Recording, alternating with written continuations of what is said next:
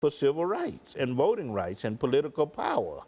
And if we don't find ways of doing that, then we're not true to the legacy of the Civil Rights Act or the Voting Rights Act. You know, Dr. Baldwin, a very disturbing statistic that I saw in this morning's newspaper, talking about suffrage in the state of Tennessee and the metropolitan area. They said that only 6% of the population, 6.5% of the population actually participated in the suffrage. Now, we're not talking about just black folks or white folks, but only, this is front page news, that only 6.5% of the individuals that are registered to vote actually get out and participate in the suffrage. Now, that's tragic. And it means that we have not learned the lessons of the civil rights. That's right. And not only does it mean that black folks have not learned the lessons, it means that white folks have not. And the civil rights movement was about not only black folk, but it was about white folk. About voting and about public accommodations and et cetera. And so, yeah, it was about making us true to our democratic creed. And if we have those kinds of statistics, it means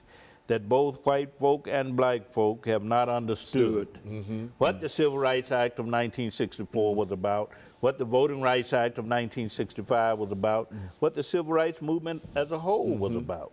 We have failed to understand what democracy is all about, which is to say that you cannot have a democracy unless you've got people participating in it, and we can complain all we wish about the amount of money that is involved in it, but now the money really does not matter if you can bring the statistics up from 6% to 25 or 30%. Then you don't have to worry about the money in politics. A vote is more important than dollars. Exactly. Certainly it is. Democracy exists when people make democracy, when they participate in democracy, and we're not seeing that today.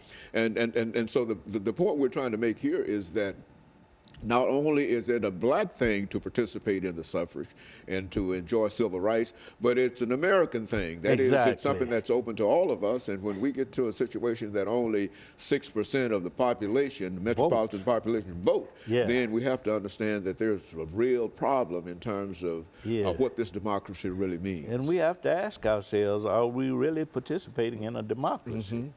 Or are we talking about an oligarchy?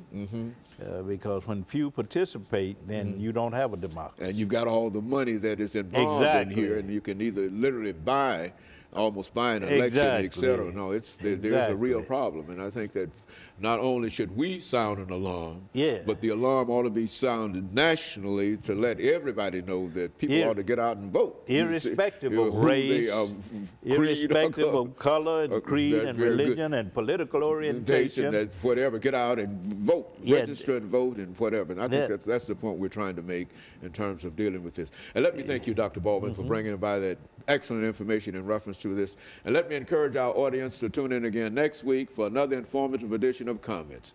Thank you and good morning.